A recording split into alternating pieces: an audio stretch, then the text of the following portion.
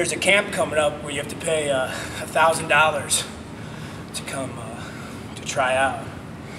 Which I had about 500. I think I used like part of my student loan, and then I put like a jar out on indies and stuff, and made a little more money. And then my dad gave me the rest, so I went and I did a tryout down in Florida, and it was in Tampa at the time. And there was like, I was 21. I was about to turn 22, and there was like 50 guys from all over.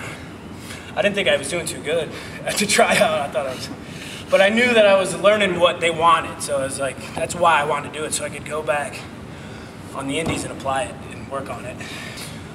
It was going all right, and then on the last day, this is the story you wanted me to tell, right?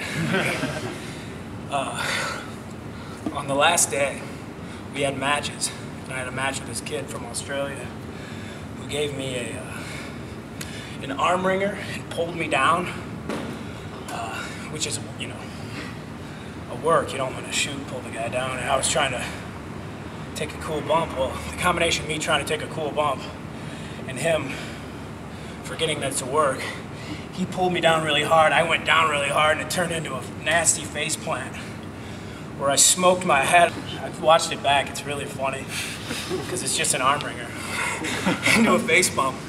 But you see my head hit, and then this disgusting, I call it the death jiggle. You know what I'm talking about. And so I hit, and this disgusting ripple of just death. I was out cold, just like this.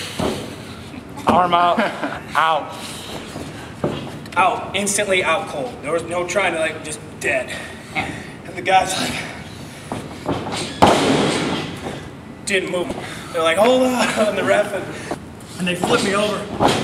And this is the first thing I can kind of remember. I remember coming to and seeing Norman Smiley, Dr. Tom Pritchard, Joey Mercury, Steve Kern, like, just like a movie, all above me. And I'm coming to, and they're like,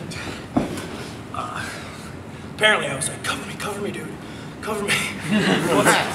What's next, what's next? I don't remember that part, but that's what they said. And Steve Kern always tells a story where he's like, where Doc's like, do you know who I am? And I'm like, Doc, and Joey's like, do you know who I am? And I'm telling everybody who everybody is, and then Steve Kern goes, do you know who I am? And I'm just like, no.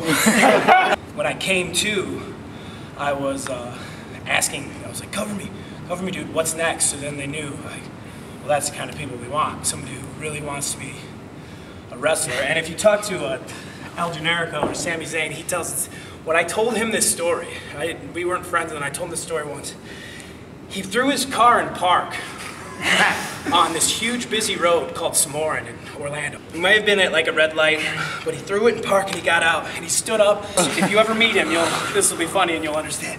And he just started screaming and the light's green. And he's staring up and he comes back and he goes, you know what that was, right? It's like, no, dude. He was like, that was your brain was off. Oh, your soul, your heart is a pro wrestler. And then it was quiet. And ever since that, we've been like super close. I didn't know that part of the story. That's fun of it so bad. That was how I won. It works. At least that's how it worked for me. You know, it's just cool. Good thing I got knocked out. If I didn't, they would have never known that I really liked wrestling. Maybe that's what did it for me. But you never know what they're looking for. One thing. Just stick the course.